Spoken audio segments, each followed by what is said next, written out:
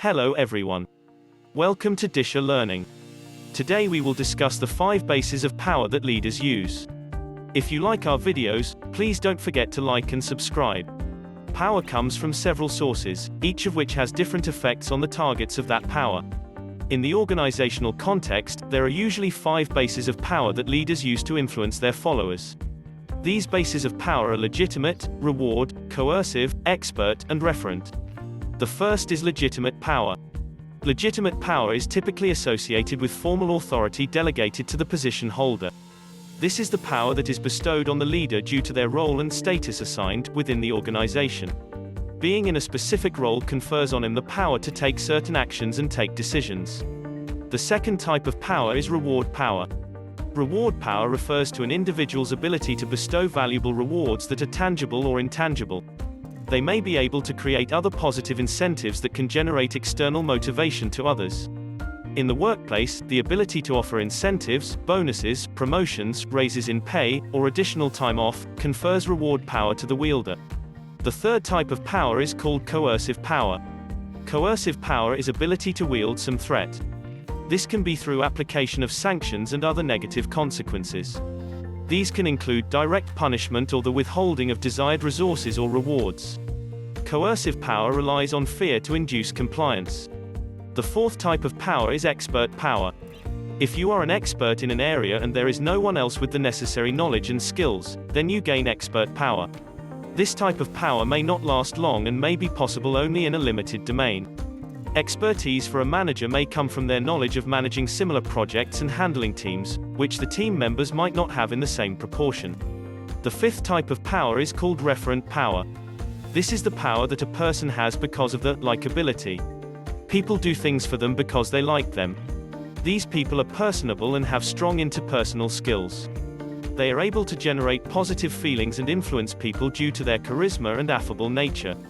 All of these sources of power can be accumulated to achieve a single aim, and individuals can draw on more than one of them. In fact, the more sources of power a person has access to, the greater their overall power and the greater their success in accomplishing difficult tasks.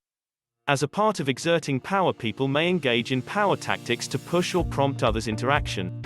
We can group these tactics into 3 categories: behavioral, rational, and structural. Behavioral tactics can be soft or hard. Soft tactics are used to influence the relationship between the person and the target. These tactics are more direct and interpersonal. They involve collaboration or other social interactions. Conversely, hard tactics are harsh, forceful, and direct. However, they are not necessarily more powerful than soft tactics. In many circumstances, fear of social exclusion can be a much stronger motivator than any kind of physical punishment.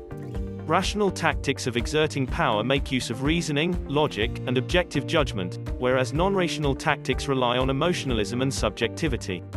Bargaining and logical persuasion can be classified as rational tactics. The use of evasion and put-downs can be classified as non-rational tactics. Structural tactics exploit aspects of the relationship between individual roles and positions. Bilateral tactics may include collaboration or negotiation and need reciprocity on the part of both parties, the one who is influencing and the one who is targeted. Unilateral tactics, on the other hand, can be applied without any participation on the part of the target. Political maneuvers may also be applied to achieve objectives. People vary in their use of power tactics. Different types of people may choose different types of power tactics. For instance, interpersonally oriented people tend to use soft tactics, while extroverts may employ a greater variety of power tactics. Studies have shown that men tend to use bilateral and direct tactics, whereas women tend to use unilateral and indirect tactics. People may also choose different tactics based on the group situation and whom they are trying to influence. In the face of resistance, people tend to shift from soft to hard tactics to achieve their aims. Thank you for listening. If you would like us to cover a specific topic, please add that in the comments below. Website http://disherlearning.com